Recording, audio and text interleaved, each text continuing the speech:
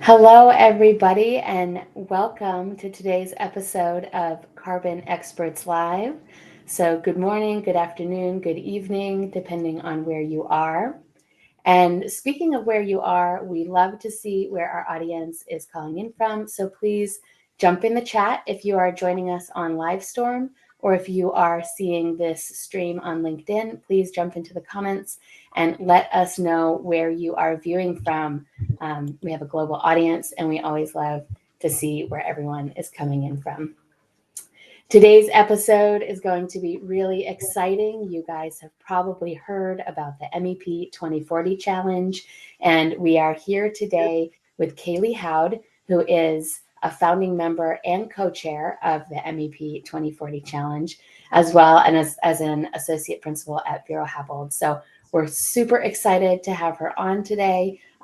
We're going to have a great conversation, a lot of good insights from Kayleigh today. Now, before we get started, I want to introduce your host today, which is myself, Aileen Carroll, Sustainability Communications here at One Click LCA. And I'm joined as always by Travis Dahl, who is an LCA and EPD expert here in North America. And we are also joined in the background by our production crew. So we have April, who is our producer. She always makes sure that these webinars go smoothly. And we are also joined by Nick. So April and Nick will both be in the chat section, whether you are joining on Livestorm or LinkedIn. They'll be answering your questions, but they'll also be collecting questions for us to ask Kayleigh live at the end of the episode. So please, if you have a question now, if you think of a question as Travis and Kayleigh are talking, or if you have a question towards the end, there's no wrong time to put a question into the chat, and we will be monitoring those and collecting them to ask live when the episode is over. So a few housekeeping rules, sort of what to expect from this episode. We're going to start with a conversation with Kayleigh on how she envisions the future of MEP in the built environment. MEP is a huge contributor to carbon emissions, and so we will certainly touch on that and how that is changing, needs to change, and what the future holds. Then we'll challenge Kayleigh to answer a couple of our questions, and then we'll jump to your questions. So again, if you have questions, please don't hesitate to put those in the chat or the comments section, and we will be collecting those throughout the episode. Now, really quick, before we get started, I just want to say hello to everyone who is joining us. I see we've got some folks from New York, Virginia, some from Finland and India. I see England. We've got a global audience, and we've got an audience here in North America. Very excited to have you here. So now I will hand it over to Travis to get the show started. Thanks, Aileen. As you see in the title page, today's topic is on the MEP 2040 challenge and what it means for the construction industry. Thanks for joining us, Kayleigh. We always like getting these conversations started with just a personal story. Like what's your background? How did you get started in the sustainability industry? And to give us a little bit of your personal story. Thanks, Travis. So I love this question, and I love how open-ended it is. So I started off in the industry in MEP, but quickly switched over to a computational role because I think that's just how my brain works. I like problem solving puzzles really is in my wheelhouse. And in my time at Bureau Happold, I've spent a lot of time flying around the planet and helping to solve people's problems with computational solutions. And the problems that I couldn't solve or help to solve with physics or thermodynamics and computational solutions easily with those types of kind of math or physics or science were the intractable problems around sustainability, climate change, material health and toxicity, labor exploitation. Those are the things that kept me up at night. And those are the things that I said we need to all be working together to solve these, and you can't solve them in a silo in one region or in one company. You need to kind of spread out and do that with a bigger audience. And you need a lot of minds working on these problems to be able to solve them. So these are problems that I've been working really diligently to kind of bring people together on, not only in my own company, but outside of that. So that's it's very much we've got a global problem. It's and approaching it from an interdisciplinary approach, which is obviously becoming much more popular in our industry. I think it's really cool to be coming at things from that angle. So with some of your background, with architectural engineering and MEP engineering, how do you, I guess, how would you look at our MEP challenges just from a high level? I guess, like, how would you frame the problem? I think MEP is so tricky for people to understand because it's the sum of small parts. And I think it is intimidating in that way because it's so many things to tackle. But something that we realized very quickly, in one of the tenets of the MEP 2040 challenge, first and foremost, is tackle refrigerants, because we know that fugitive emissions are such a huge burden on our planet in terms of embodied carbon. So we know that we can tackle that. And that is the biggest burden we have and the thing that we can most easily do in this space. But I think when you start to then drill into all of the physical parts of MEP, that's where it gets really tricky, because there's so many small parts to start breaking apart that you quickly become overwhelmed. And I think that that's when it becomes difficult. So a tool like OneClick's actually really helpful, because you can then start kind of eating away at that elephant and kind of deciding what's next, what's the biggest thing that we can help to take on. And something like equipment then becomes the next item to tackle, and deciding which piece of equipment actually you can make the biggest move on. And I think it's actually deciding which materials you can decarbonize. So we use a lot of steel, we use a lot of copper, we use a lot of aluminum. So I think it's deciding where you could actually make the shifts in our industry. So I think it's looking at it that way, rather than saying we need to measure everything. I had a call the other day and someone was like, what about all the fire alarm devices? And I was like, but how would we decarbonize them? So I think it's thinking through kind of at a high level and trying to look at where we could potentially decarbonize overall, rather than trying to measure every little thing. Yeah. Something that has been on my mind over the last little bit has been like in North America, and I'm sure most Western countries, the ratio between embodied carbon and operating carbon emissions tends to be about 50-50. Like we hear a lot about the global average, and it's about 2/3, 1/3 operating to embodied carbon. But as we've raised building codes and decarbonized our energy grids a lot, that's had an impact on a positive impact on our operating emissions, resulting in embodied emissions taking a bigger and bigger piece of that ratio. And I guess the question that I have is, generally we're looking at structure and envelope with most of those assessments. How much of our MEP systems are included in that, if any? So they're not in North America, at least. MEP is not a part of any certification-led effort in terms of measurement of embodied carbon. So if you look at any of the kind of standard figures around embodied emissions in North America, this is exclusive to North America, MEP embodied carbon is not in there. Interiors is even rarely included. It is included in International Living Futures Institute certifications, but it's typically just structures, foundations, and enclosures, where you kind of see those figures touted around like 500 kg CO2 per meter squared. So I think we've been solely focused on certain disciplines because we knew that we could move the needle in those disciplines, because they're heavy, they're easy to understand. There aren't very many categories of elements included there. So I think it made sense to focus there first. And the same thing happened computationally, actually. focus there first. And then I think these more complex disciplines like interiors and MEP, they get replaced very, very often.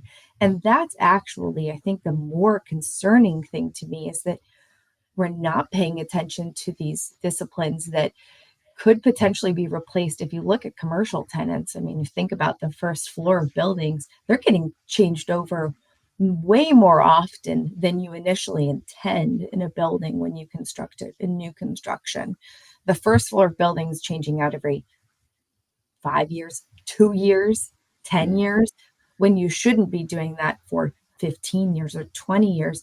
So I think that the replacement cycle, the B4 emissions, actually are much more disconcerting than we're giving them credit for. And if you start to look at MEP emissions, there was a recent study that came out from Rocky Mountain Institute. You'll see that MEP emissions actually, when you start to do those deep dive studies, and I've done a number of them myself, a lot of my colleagues in the UK have done them because Greater London Authority requires MEP embodied carbon studies and genuine whole life carbon studies that also include interiors. You see that the MEP emissions are actually incredibly high. So I think we do actually need to do whole building, whole life carbon studies to understand where is all of the carbon. And I think actually not penalizing more measurement, because I think we start to set these target numbers that are unrealistic, because then you start to say, well, if I measured more, then my number is going to be higher. But I think actually what you're going to do is capture more of the reason why our planet is warming. And then we have more opportunity to decarbonize and more room for understanding where there's space to decarbonize. Because if we look at something like refrigerants, that is a lot of the reason why our planet is warming. And it's not being included in any life cycle assessment that's being done for certifications. Why? Just because it's not easy to understand why leakage happens, but it doesn't mean we shouldn't measure it. And I think that that gap in understanding is really critical. Another one of the gaps that's often spoken about is a lack of data that's available for these systems. So how do we accurately measure these systems when we don't have a huge volume of verified EPD data for these? How do we approach this? I think that's one of the hardest things to overcome, especially in the MEP space, because we're dealing with such a small data set for so many parts that you have to do a lot of interpolation between what's there and what you want to be there. Also in terms of, I mean, there are very few pump EPDs, for example. So you're having to take a 5 kilogram circulator pump and trying to scale it up to something that weighs hundreds of pounds.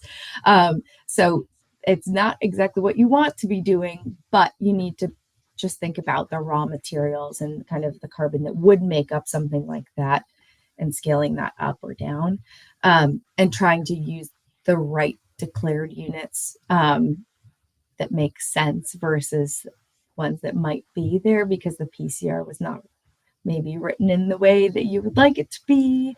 And I think that a lot of those rules are being rewritten, or PCRs are being worked on, the product category rules around this, because we now have more MEP engineers engaged in this space. So there are more people who understand that you can scale something by airflow if you want to, but that doesn't mean that it's going to have the same materiality, because something that has X airflow might weigh 4 times as much if it's custom, because you can add lots of different acoustical linings and a desiccant wheel and an energy wheel and lots of different component parts there that can make it weigh 4 times as much.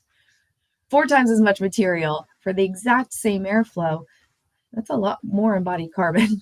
So I think that level of understanding needs to come from the discipline experts.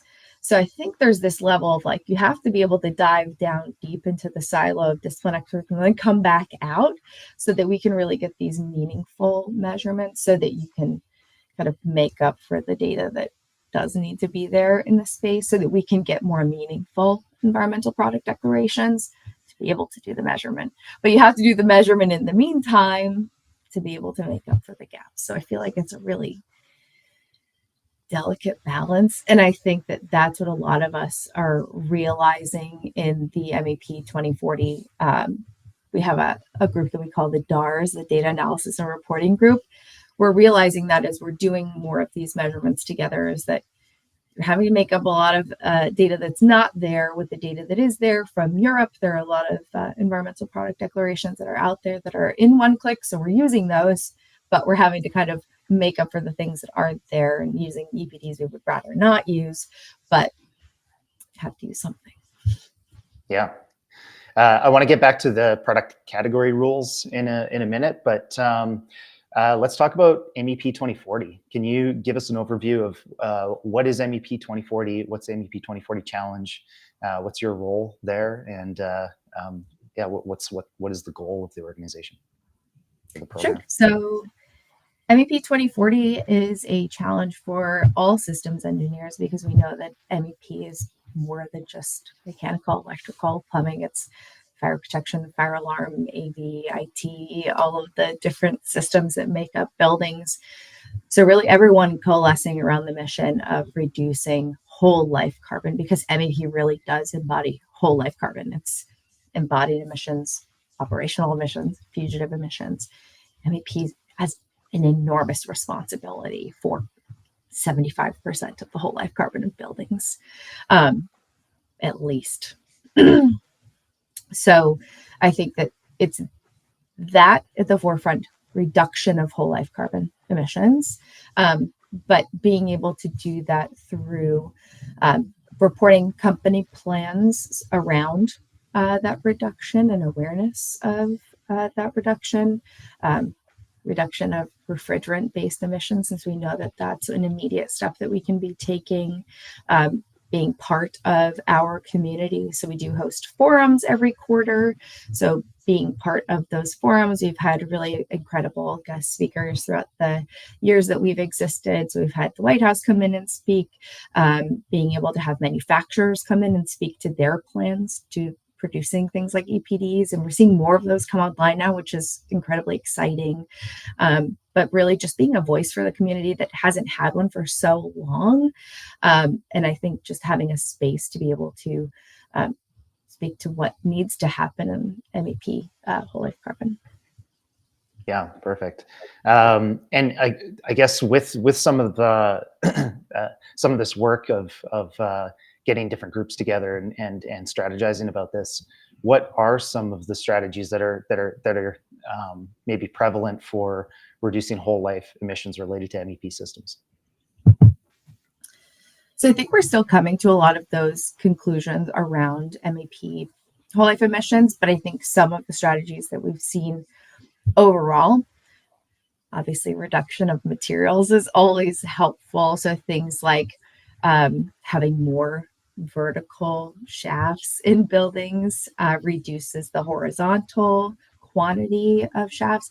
It's the same types of conclusions that are coming to in the structural space, actually, because the number of columns being increased means you have less horizontal structure. So same types of conclusions in the MEP space, or having actually pipe work is an interesting one because different types of pipe work, obviously the different materials would have different amounts of embodied carbon associated with them, but things like PVC have health warnings against them. So wouldn't want to encourage that. PEX piping has incredibly low embodied carbon, but again, health concerns in that space. Copper has a lower amount of embodied carbon versus something like carbon steel has incredibly high embodied carbon. So I think there's different lessons learned on those, but obviously if you can route things in an intelligent way, you can reduce the embodied carbon. And then against equipment, lighter doesn't always mean better because it might mean that the equipment lasts for less time.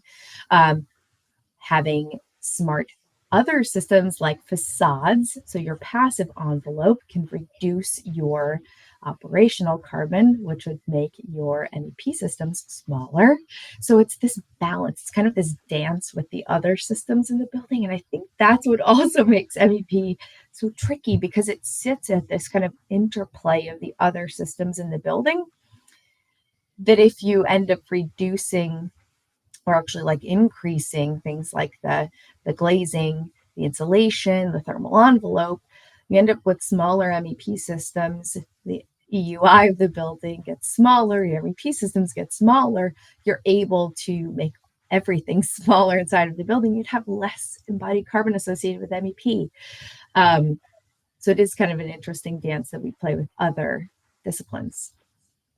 Yeah, I think that really lends to how important it is to look at all parts of the building together, in operational emissions with embodied emissions, and being able to turn levers and see how that impacts the overall project, and looking at also timescales of when that carbon is being released. And as you suggested, I think we had a conversation a couple months ago where on infrastructure, and the kind of the same conclusion was come out, where you may be investing a little bit more carbon emissions upfront by putting some systems in that are more durable, but out of that extended lifespan, we end up reducing the emissions long term. Mm-hmm. Coming back to the product category rules, or PCRs as we call them, what is the current status of MEP PCRs, and how are you guys addressing this? What are you doing in this space?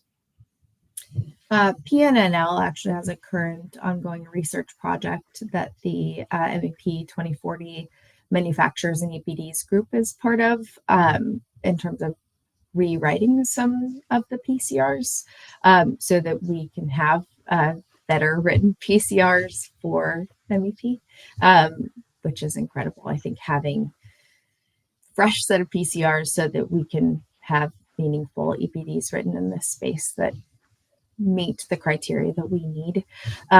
So that's an incredibly exciting project that's moving forward, and very thankful to PNNL for their work in the space.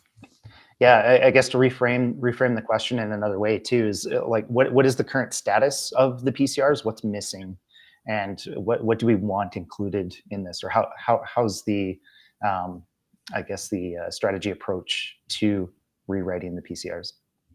I think it's just, for me, the biggest frustration is some of the declared units are just not what I would like them to be. Like, they're not being expressed in the EPDs from a user perspective because of the way that the PCR is written. You end up with these not quite as meaningful as they should be kind of expressions in the environmental product declarations, because it doesn't reflect how a designer ends up with the information, where you might end up with airflow as your functional unit you use as a designer, but weight is actually a much better way to scale something, even if weight is not the way that you think about the unit. And I think that is in reverse for something like a VAB box. So like a variable air volume box, you tend not to have weight available to you, but you always have airflow available to you. So and maybe you do it by unit,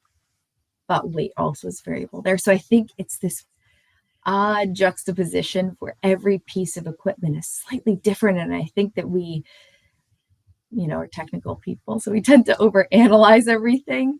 So I think every piece of equipment would have a really difficult time kind of having a standard rule to play by, because everything is so bespoke. And I think that that's the tough part about MEP, is that everything is unique.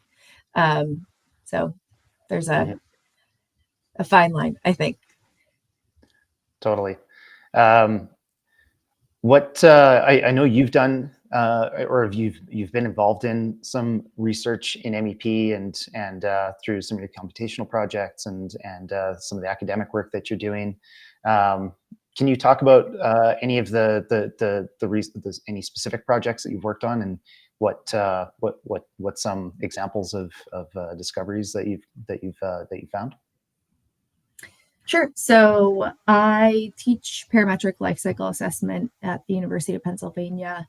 And through my course, we study whole building life cycle assessment. We just do A1 to A3 because it's a semester. And we study lots of other attributes of buildings. So don't have all the time in the world. But through my course, we're studying structures, foundations, enclosures, MEP, and interiors. Just want to give the students the opportunity to study all aspects of a building so that they understand how much each aspect contributes to a building, or getting exposure to all kinds of EPDs. But through that, we're able to study different MEP aspects of the building. And I think getting exposure to things like ducts and pipes and different types of MEP equipment, and kind of seeing that through graduate architecture students' eyes, and seeing how they're able to assess those different types of elements in the building, or getting, mass or volume takeoffs of different aspects of the building, and seeing kind of where the gaps in understanding are, is really critical. And also being able to do that and compare them to different scopes of the building. So you're understanding kind of where you'd have influence over, interiors elements versus the MEP elements versus the structure. I think it's really important to kind of view the building holistically. So I think that's something that everyone should have as part of their university education. And I hope that that's the direction that the education system is going, and kind of viewing the building through that angle, and kind of viewing materiality of a building through that angle, and understanding that your material decisions do have carbon impact is really critical. Mm. You'd mentioned previously using the Pareto principle for approaching carbon reductions, and you'd mentioned refrigerants. You've kind of covered a few different aspects of the different things that we need to look at in MEP systems. But like whether it's with refrigerants, we know different HFCs have different multiples of global warming potential in comparison to CO2, and even CO2 being used as a refrigerant in some cases. I guess how is a good way to use this in this approach, and what do we typically find as those 80% impactors that we can really focus on? Yeah, I think so. It's difficult in North America because not every refrigerant is available for every type of equipment. So you won't have the world available to you when you're selecting equipment. But more and more refrigerant types are available. The US signed the Kigali Amendment. So we are gearing toward having more refrigerants available, thankfully. So our 410A is 2,080 kg CO2 per kilogram. So that means that for every kilogram of refrigerant that you install, it's essentially 2,000 times more potent than 1 kilogram of CO2 itself. Our 134A, I think, is about 1,400. So kind of scaling from there, those are the typical refrigerants that would be used in something like a variable refrigerant unit as our 410A, something like a chiller is 134A. But you can now get different next-gen refrigerants on the market. Some of those are available in the US, but they're about a quarter of something like our 410A. They're not the ultra-low refrigerants like R1234ZE, which are available in Europe. And we are hoping that those come onto the market in the US. So you will see a couple of manufacturers that have some next-gen refrigerants, again, those quarter GWP refrigerants. Those are available only for chillers rather than kind of heat pump-based equipment. But some of those newer pieces of equipment are coming onto the market as we speak. So Could be wrong, could be behind on my information. Those may have come on to the market in recent months. But we're seeing more and more manufacturers kind of get on board with their European counterparts and make those pieces of equipment available in the US. So we're hoping to see more of that shift so that we can reduce refrigerant-based emissions, because I think that's one of our biggest hopes in the market. With I want to move to I guess ownership of different design aspects of a project, especially when it comes to LCA. Like if we're looking at architecture and structure, there's always some challenges with delineating scope of work there. How do we look at this with MEP systems and manage that effectively? What do you mean by delineating scope of work? I guess what are some of the, like, for the different disciplines, how do we approach ownership of different parts of the LCA? I think that remains to be seen to some extent, because MEP is not a mandatory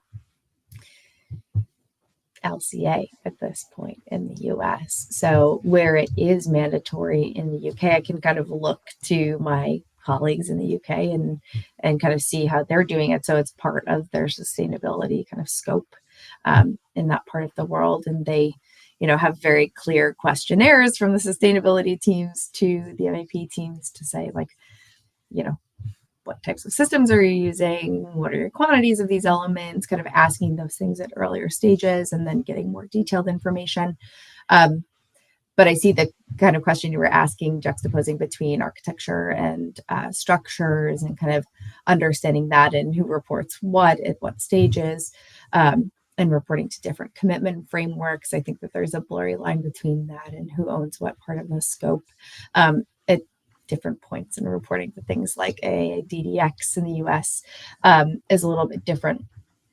But I think relying on the domain experts for information is actually a great idea, because you have kind of this inherent understanding of different items. And I think actually working with people who understand the systems that they're using very discreetly and would be able to answer things about those systems, because I think only someone within that knowledge base would actually be able to answer some specific questions. And I think that there are, for example, in something like facades, there are certain questions you can ask about the facade that would actually tie other factors other than what's the embodied carbon of the overall system. Something like the form factor of the building. If it's shaped like a star versus being shaped like a square, it would have more embodied carbon. Or what's the U value of the building would probably impact whether it had more embodied carbon. Or what's the live load of the building. If you look at SE 2050's number of questions it asks, they're asking more than just what's the embodied carbon. There are other factors that influence what the embodied carbon of a building is. Only the domain experts can answer those questions. You don't really want a non-expert of that domain to be answering those questions. So I think that that's where we need to get to, is having a really specific domain-led question set.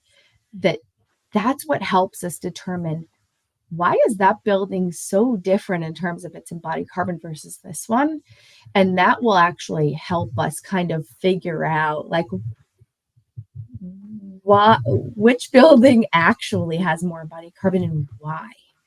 And I think that will help us actually gauge which decision types we should be making at certain stages of design. And I think that we'll get to the same space with MEP in the near term if we start to ask some of those types of questions. How important is integrated project delivery in impacting this and just having clarity on these roles? It's critical. I think that working together, just as important as diving down into your silo and understanding that kind of depth, is coming back up and understanding where you cross each other's paths, just like that question or answer that I had kind of had about the envelope. impacting the MEP systems, you can't have one without the other. If you say, well, if I make my facade really thin and reduce the embodied carbon on this to the nth degree, then I'm going to win because I'll have less embodied carbon in my facade. Well, the MEP systems lose if you do that. And I think the overall operational carbon loses if you do that. So you can't think in a silo in that way. And facades engineers know that. I'm not giving them credit in that space. But I think that you have to think as a whole. So I think that we need to have depth and also breadth and kind of work together in that way. But it is complicated. And I think that that's why we all work in this industry, because you're never not challenged. And I think that's why we're all here, because it's fun. As much as it is a challenge, it is fun. For sure. I totally agree with that. You'd mentioned earlier about the frequency that we might be retrofitting tenant spaces and completely, I guess, redesigning or redoing the MEP systems in those spaces. How do we plan for the future with these projects when it is a new build, and try to minimize those future major modifications that tend to be happening these days? I think there are a couple of different ways you could potentially address it. You can install plug and play systems so that you can plan for future tenants to be there, so that you can, have a flexible ceiling grid so that you can kind of modify walls internally so that a different office tenant could come in and decide to have, we love open office, we don't love open office. We, want to have closed offices, we want to have an open office. You could have plug and play ceiling grids for that purpose in something like an office. But if we think about something like a commercial tenant, that doesn't really work, because you can't plan for a Starbucks one day and then a different coffee place the next day, because they would have very different interior layouts and they would not want the same ceiling plan or the same ceiling tiles. So I think that would work in some situations and not in others. You could have something like a green lease where you say you have to remain in that space for a certain amount of time. But I think that some marketing individuals wouldn't love that, because that would not be great for the marketing of the building. But maybe that's not the best thing for the environment. So I think that there is this kind of juxtaposition in all situations of doing what's best for whom and for the planet. So again, a delicate dance of people and what's best for them. Great. My last question here. Can you speak a little bit about the collaboration between MEP 2040 and One Click LCA? Sure. So we recently started working with One Click LCA on getting together for shared licensing of One Click LCA for a free trial for MEP 2040 for 6 months and up to a year, which is incredible. I'm so excited for the opportunity for MEP 2040 signatories because One Click is one of the very few tools that offer MEP LCA, and I think that is astounding overall in the industry. But it's incredible to be able to work together. So we've been working really closely together to kind of fine tune what that looks like. We've been working together with our data analysis and reporting group to do some specific pilot studies. And it's been a great experience so far. And we're now putting together a kind of foundational study together so that we can have kind of a set of ground rules for, what does the best A1 to A3 study look like, kind of piecing together a set of key EPDs that we'd like to use together as a group, and what do the set of key A4 rules, A5 rules look like based on ASHRAE 240P. So kind of putting together a framework and foundation, but using One Click has been a really great experience. That's awesome. Yeah, that is Great. I'm going to jump in here. I do want to apologize in advance. There's some really loud construction happening outside my window, so hopefully they stay quiet for the rest of today's episode. But this has been a fascinating conversation. Kayleigh, we do have one question for you, which we ask all of our guests, which is, if you had the power to change any one thing in the industry, what would it be?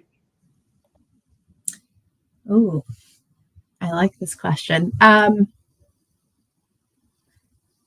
I think I would give everyone the ability to spend time in other disciplines so that they had a bit of experience kind of across disciplines with other hats on, so that they had a bit of understanding of what other disciplines did more intimately, so that they could have more of a full picture and understanding and appreciation. I think everyone does to some extent, but I know that that's helped me kind of spending time with other disciplines. I think that would be something good for all industries to do, but sustainability and construction for sure. Definitely, I think any of us in construction have experienced the not my problem effect. It's, it's somebody else's discipline, somebody else's role. It's not my problem, and that is not beneficial for the project overall. That's great. Well, before we head to the live Q&A, because we do have quite a few questions from our live audience, we like to ask a question of our audience right now. If you are in Livestorm, a poll is going to pop up on the screen. And the question is, would you like to book a demo with One-Click LCA to learn more about our MEP carbon tool? So we've been talking about MEP and how it's so important to measure that carbon. And we do have our new tool that does just that. So if you'd like to learn more about that and book a demo to see that tool in action, click yes on the poll now. And if you're joining us on LinkedIn, we'll be putting a book a demo link in the comments, so you can click directly on that and book the demo directly. So now we will move on to our questions from our live audience. And in just a moment, the first one should appear on the screen.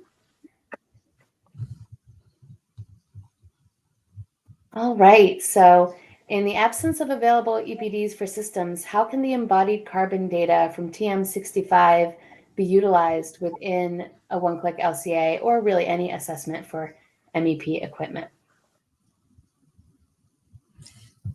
That's a good question. So TM65, for anyone who doesn't know, is a kind of fill-in method when you don't have an EPD. It was developed out of the UK by CIBC, which is the equivalent of ASHRAE for the US. So you can use CIBC TM65 methods in place of EPDs. I would just say confer with an EPD that's equivalent of that type, because I've seen really big discrepancies between CIBC TM65 method based EPDs and, for example, for an air handling unit versus the CIBC TM65 data. But you could use that data in place of an MEP EPD if you wanted to. It's up to you. Great. It's, good. Just measure it however you can, like you say, but better to be more accurate if you can. So this is more of a comment than a question, and you kind of touched on this a little bit at the very beginning, but maybe you can expand. I'm concerned as an assessor, as the better job I do in measuring and estimating services, the worse my client looks. As finite targets or percentage-based reductions come in, we will actually be finding more carbon in this space. So I know that you mentioned that already, but do you have any other comment or want to elaborate on this issue of the more we measure, the worse we look? I think it's the opposite. I think the more you measure, the more opportunity there is for reduction.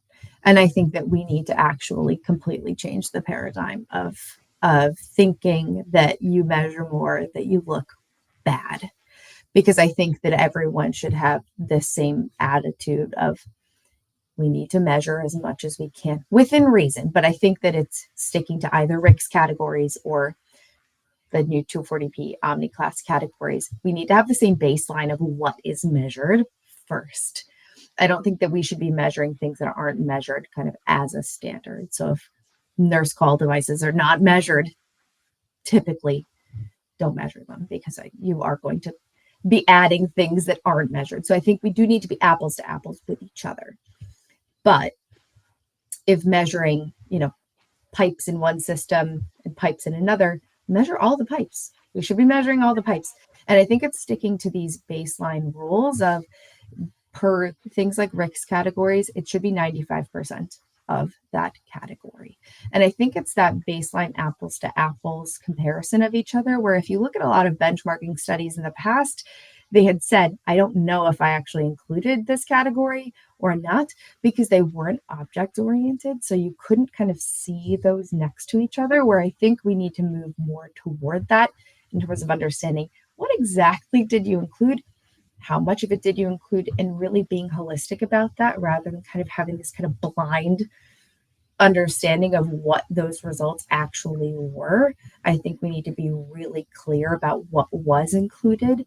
And I think doing some of those studies too early on, when you don't actually have the quantities, you are blind, because you don't actually understand what those quantities are. And I think that can throw us off a little bit. So I think that we should include as much as is part of the baseline in RICS or 240p, which is not fully published yet, but when it is. But I think that needs to be our baseline of what is measured, so that we are all apples to apples with each other. But then clients can't really complain about what's measured or not, because we should be complying with that standard. It'll help, I hope, as an industry. Yes, that's a great answer. We need to everyone needs to get on the same page, as with so much in sustainability, and to solve these problems that we're facing, to save the planet, which is the ultimate goal. So great. Another question we have, which is from one of our Canadian audience members. The Canada Greener Home Grant encourages heat pumps, yet we have rugged processes to prevent leakage and dealing with the leakage. So how do we create a conversation with policymakers about reducing refrigerant leakage? I think that's a fantastic point. Refrigerant leakage is the actual problem here, because if we had really tight systems that did not leak at all, which is what most manufacturers will tell you, there's no leakage here, there's no problem. Well, where's all the refrigerant going? It's not going nowhere, because we're recharging our systems all the time. And we're actually starting to collect some of that data through our DAR group as well. People are coming forward with leakage data. A lot of refrigerant is leakage, and it is leaking, and it's a lot more than is actually reported in a lot of if you look at the refrigerant impact tool that was developed through BOM, which is the open source platform that I'm a part of, but was donated to MEP 2040. If you look at the reported values that are in there, they say things like 2% per year, 4% per year, 5%, 8%. Is more than that in most cases, which is alarming that much refrigerant is escaping to atmosphere. But to your point, it's leaking, and we're just recharging those systems. The owner of the building gets a bill, and no one is any the wiser, because the owner just signs off on the bill. It's not a big deal, because they're just signing off on it and nobody really knows about it. Then you change out the system 15, 20 years later, you do the same thing over again. That process kind of happens without us knowing it, because we just installed the system initially. And that R410A or whatever type of refrigerant you put in is happening all the time over those 15 or 20 years. And I think that's the most concerning thing that's happening, is that so much of those fugitive emissions are leaking out into the atmosphere. Reducing refrigerant leakage needs, and sometimes a whole valve will completely break, or a fitting will come loose, and hundreds of pounds of refrigerant will just burst into the building. That's also toxic, complete health issue to everyone in the building. It's concerning, but then the whole system is completely empty. and they'll have to go and fix the valve or whatever it was that burst. But then you've got all of that kind of escaped atmosphere. So lots of concerns to kind of unpack there, but it's the refrigerant leakage that's the problem, because if it stays closed in the system, then it's not a problem. But yeah, that's the issue with refrigerants, and leakage is the issue. So having certified technicians install your system initially would help with the issue. But if you have lower global warming potential refrigerants, it's less of a problem. But I think if we have natural refrigerants, then you don't have the health potential associated with it. It's not nearly as much of a problem. CO2 is actually a natural refrigerant. So I think the question here is also looking at government policy, but another side of that too is corporate policy for the owners or the operators, whoever is in charge of signing those bills, as you mentioned, having some policy in effect that where any refrigerants that are being purchased are being reported and being tracked through their procurement and operational management processes. I think would be really important just to help at an institutional level. Mm-hmm. But those are always individually managed and harder to implement universally, right? I think though we're seeing an overall theme, which has been sort of part of this whole episode. We need to measure it. We need to measure more. We need to identify these things. Like you say, we know that refrigerant is the problem, but it sort of on paper can seem like it's not an issue. So these are things that we need to bring to light and highlight, and then that can help with those corporate and government policies.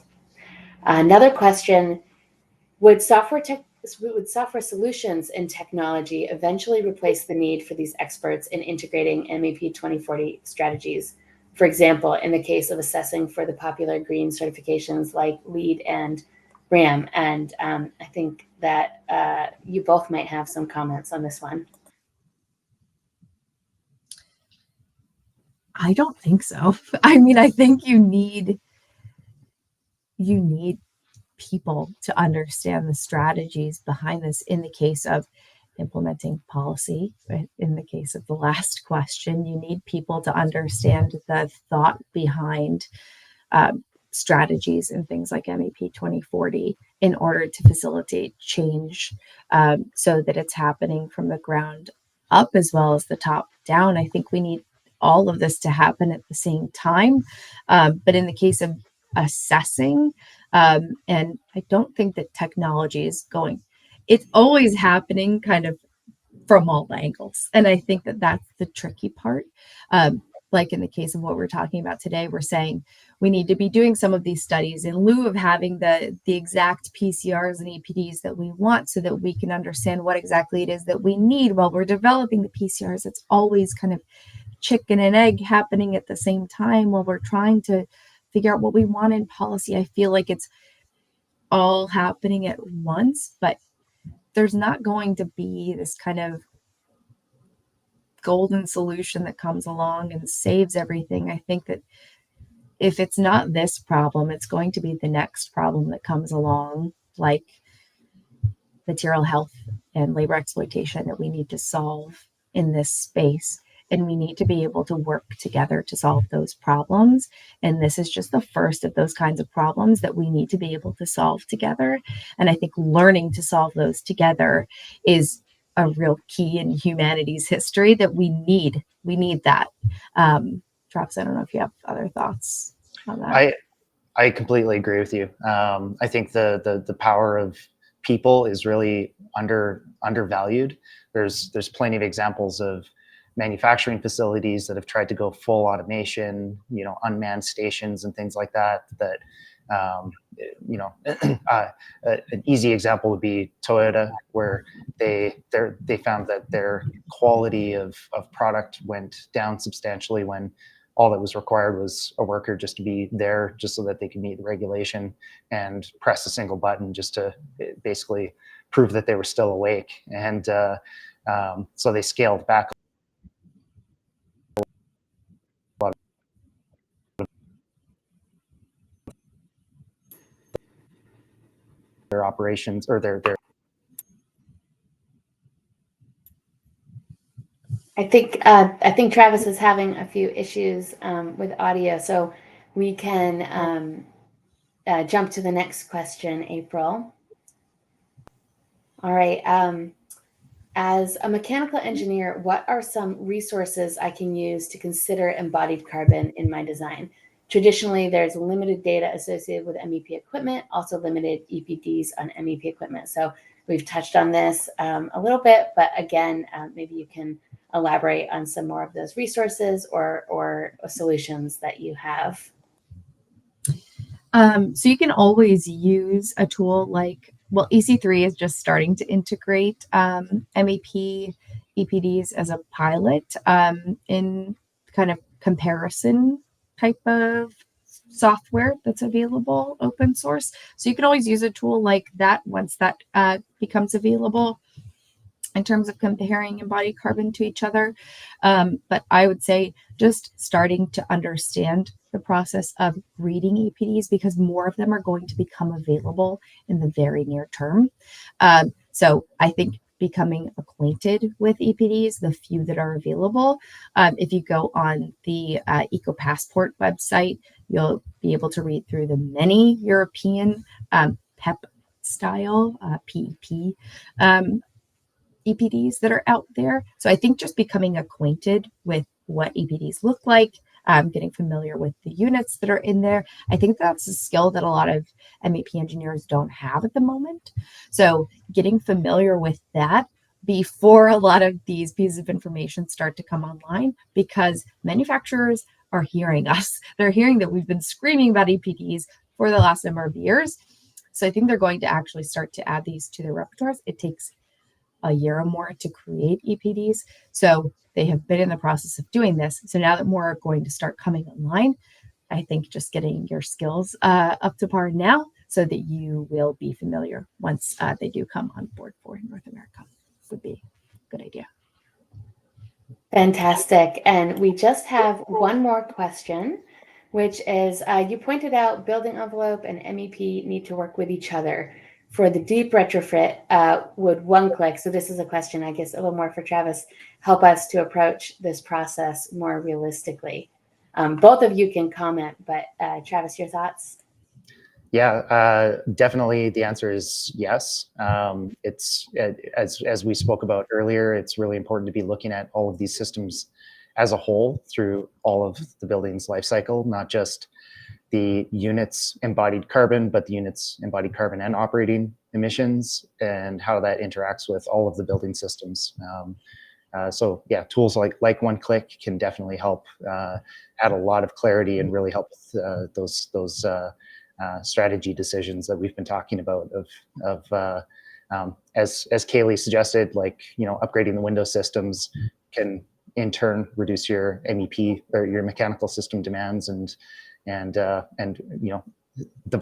inverse of that can happen as well. And just being able to look at that whole picture and see what decisions make sense on a project by project basis. And doing little box model studies of different areas of the building on the same orientation and seeing what double glazing, triple glazing, single glazing, kind of seeing what the impacts of different areas are when you're comparing operational versus embodied to each other. It's helpful. Fantastic. So I think overall, like I said, this has been a really interesting conversation, and ending it on a good news is always the way we like to end these here. So a few things. Thank you to our audience for all of the great questions and great engagement in the chat and the comments. Before we leave, I do want to remind you all that you can find out more about embodied carbon policy and other resources at oneclicklca.com/library. And we also have our free training at our One Click LCA Academy. There is a construction LCA bootcamp coming up starting on March 18th. So go ahead and check that out. And then lastly, if you want to keep the conversation going, You can take a screenshot now. We've got both Kayleigh and Travis's contact information. You can get them on LinkedIn as well if you want to learn more and chat about this topic a little more. And so to end, Travis, I'm going to give it back to you just to bring us home. Yeah, really just one closing thing for you, Kayleigh. Do you have any final thoughts that you'd like to leave the audience before we wrap up? Yeah, if you haven't already joined the MEP 2040 challenge, you can go to mep2040.org and join as a signatory or a supporter. But it's been a great conversation today. Thank you, Elaine and Travis. Perfect. Thanks for joining us. Yeah, fantastic. And thank you to our audience so much. We will see you next time.